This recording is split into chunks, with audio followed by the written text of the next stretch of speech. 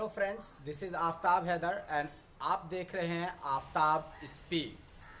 आज हमारा विषय है मूवी कंटेंट, सिनेमा जगत की विषय वस्तु। यानी कि भारतीय फिल्में या भारतीय सिनेमा जगत में आजकल जो फिल्में बनाई जा रही है, जो सिनेमा तैयार किया जा रहा है, उसका कंटेंट क्या है, उसकी विषय वस्तु क्या है। देखिए, सिनेमा अपने आप में किसी समाज का एक दर्पण है और सिनेमा एक ऐसा माध्यम भी है जो समाज के निम्न तबके यानी वो लोग जो हाशिए पर हैं उनकी आवाज़ बन सकता है और उनकी कहानियों को चलचित्र के माध्यम से यानी फिल्मों के माध्यम से दिखाकर मुख्य धारा में ला सकता है, यानी उनके सशक्तिकरण का एक जरिया बन सकता है। लेकिन एक बड़ा सवाल है, सन 60, 70, 80, 90 और उससे पहले यानी अपने शुरुआती दौर से लेकर अब तक सिनेमा में बड़े बड़े बदलाव हुए। इसके तकनीकों में बदलाव किया गया, कंटेंट और विषय वस्तु भी समय के साथ बदल गए। समय के साथ परिवर्तन होना लाजिम है। अंग्रेजी का एक कोट है, if you want to destroy any nation without war, make adultery and nudity common in the young generation. अगर आप किसी समाज या राष्ट्र को बर्बाद करना चाहते हैं बिना युद्ध के, तो वहाँ पर नंगापन और अश्लीलता को आम कर दीजिए। किशोर वर्ग में, युवा वर्ग में और फिर वर्गों की सीमा ही क्यों रहे, बल्कि सभी उम्र के लोगों में इसको आम कर दीजिए। ठीक यही आजकल भारतीय सिनेमा के साथ हो रहा है। भारतीय सिनेमा का इतिहास बहुत ही दिलचस्प रहा है। अगर इसके इतिहास के शुरुआती पहलू को देखें और शुरुआती दौर को देखें तो भारतीय सिनेमा ने बहुत ही बेहतरीन तरह की फिल्में और नैतिक फिल्में, जिसमें सांस्कृतिक कल्चर की झलक, संस्कृति की झलक और एक सभ्यता और एक खूबसूरत संदेश के साथ प्रसारित की जाती थी। ये लोगों के आम जनजीवन से जुड़ी होती थी और उससे बहुत हद तक प्रभावित होती थी और जीवन को भी प्रभावित करती थी।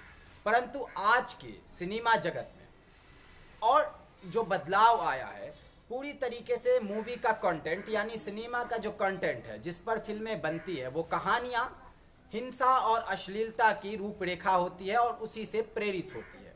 यानी कि वो समाज जो ऐसी फिल्मों और ऐसे चलचित्रों या ऐसे किसी भी तरह के कंटेंट जिसमें वेब सीरीज भी शामिल है, वेब सीरीज से लेकर फिल्मों तक में अश्लीलता और हिंसा का जो नंगा नाच और तांडव चल रहा है, वो इस समाज के डिग्रेडेशन, कल्चरल डिग्रेडेशन यानी कि नैतिक पतन का सबसे बड़ा कारण है। किसी समाज की बैकबोन यानी उसके रीढ़ की हड्डी और उसकी सबसे बड़ी ताकत उसका कल्चर और उसकी संस्कृति होती है। कल्चर और संस्कृति आपको प्यार करना तो सिखाती है, लेकिन हिंसा और अश्लीलता नहीं सिखाती। इसी हिंसा और अश्लीलता को दूर करने के लिए समाज में अनेक प्रकार के कार्यक्रम चलाए जाने चाहिए थे, ताकि युवा वर्ग को इस अश्लीलता और इस नंगेपन के जाल से बचाया जा सके। उनकी रचनात्मकता यानी जो क्रिएटिविटी है, जो यंगस्टर्स की क्रिएटिविटी है, वो एक सही दिशा में ना जा करके, एक सही क्षेत्र में काम ना करके एक ऐसी जगह एनर्जी वेस्ट हो रही है। और वो इन मूवीज से सीख क्या रहे हैं? हिंसा और अश्लीलता आज समाज की मुख्य धारा में शामिल हो चुका है। आए दिन हिंसा और अश्लीलता की खबरें, चोर उचक्कों से लेकर लुटेरों से लेकर अश्लील हरकतें करने वाले तमाम तरह के लोग भारतीय सिनेमा से प्रेरित और प्रभावित होते हैं। सिनेमा का जो कंटेंट बदला, इसके बदलने की भी प्रक्रिया दिलचस्प रही। कैसे सिनेमा गांव, घर, गरीब तबके, हाशिए पर रहने वाले लोगों के जीवन के विषयों को और उसके समस्याओं को छोड़कर सीधा ही अश्लीलता के क्षेत्र में कदम रखता है और कामयाब हो जाता है। उस तरह की फिल्मों की ना तो आप समाज में मांग है, जिसमें संस्कृति का एक दौर हो, एक झलक हो, जिसमें सभ्यता का गुण हो और जिसमें कोई अच्छा संदेश हो, और नहीं ऐसी फिल्मों को कोई निर्देशक बनाने के लिए राजी है।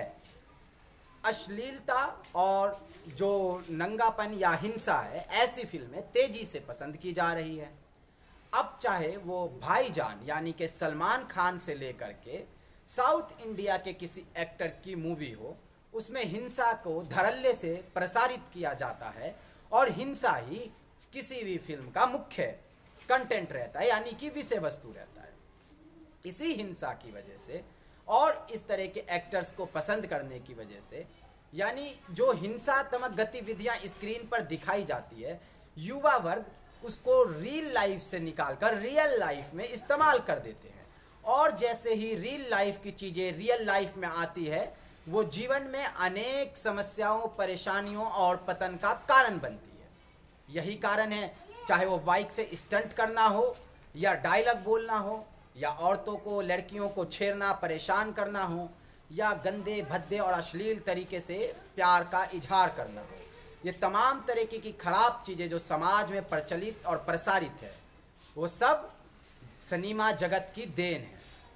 सिनेमा को आज उसके विषय पर गौर करना पड़ेगा, और हम दर्शक होने के नाते ये हमारी जिम्मेदारी बनती है कि हम किसी भी ऐसी सामग्री या फिल्म को, या वीडियो हो, या फिर वेब सीरीज, व्यूज़, सब्सक्राइब और दूसरी चीज़ें पर लाइक प्रदान ना करें जिससे हिंसा, अश्लीलता और नंगेपन को समाज में बढ़ावा मिलता हो।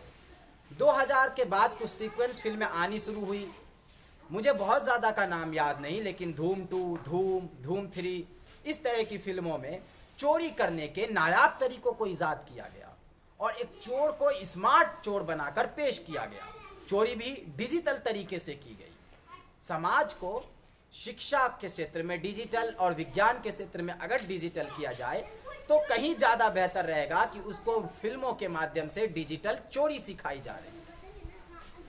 अगर देश का युवा वर्ग भ्रमित हो गया और अश्लीलता और हिंसा की जकड़ में आ गया, जिसका सीधा सीधा जिम्मेदार भारतीय सिनेमा होगा, और सिर्फ भारतीय सिनेमा क्यों बल्कि विश्व भर में जो सिनेमा प्रसारित हो रहा है उन सबको शामिल कर लिया जाना चाहिए।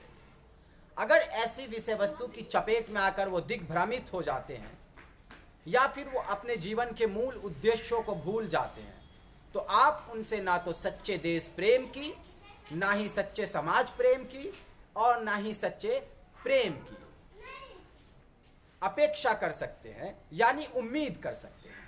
अगर वो कल्चरल डिग्रेडेशन के शिकार हो चुके हैं, उनका नैतिक पतन हो चुका है, तो समाज का कोई भी व्यक्ति ना तो अच्छा प्रेमी, ना ही अच्छा बेटा, ना ही अच्छा पति और ना ही अच्छा भाई हो सकता है।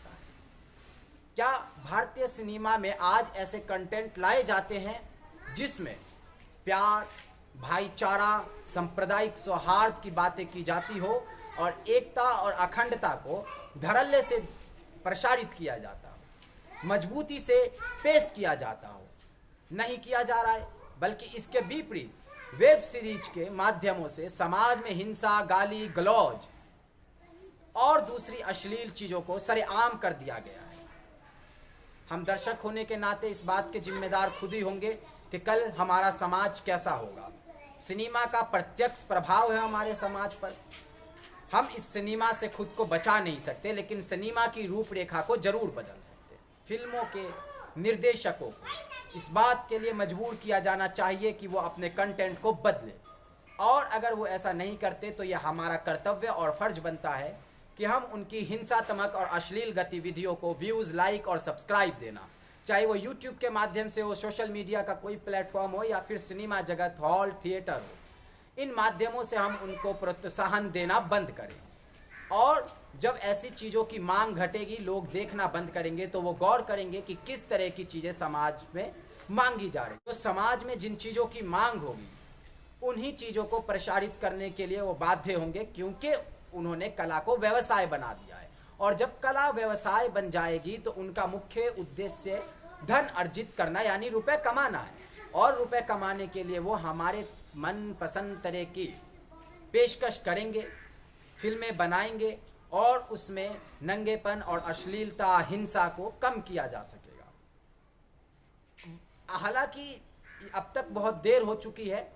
एक गाना है I am a bad girl I like whisky, और दूसरा गाना है ठुकरा के मेरा प्यार मेरा इंतकाम देखेगी। इंतकाम अपने आप में इस गाने में जब ध्यान से सुनिएगा तो पता चलेगा कि हिंसात्मक तौर पर इस्तेमाल किया गया है।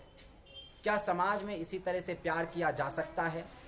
क्या नफ़रत की जो और गाली गलौज और अश्लीलता की जिन चीज़ों को भारतीय सिनेमा ने अपना कंटेंट बना लिया है, क्या ये इस देश की बर्बादी और इसकी जो अधिकाधिक जनसंख्या युवा है उसकी बर्बादी का कारण नहीं बनेंगे। विचार कीजिएगा, और अगर ये चीज़ें समझ में आ जाए तो जल्द से जल्द इसको रोकने और ख़त्म करने की कोशिश करिएगा।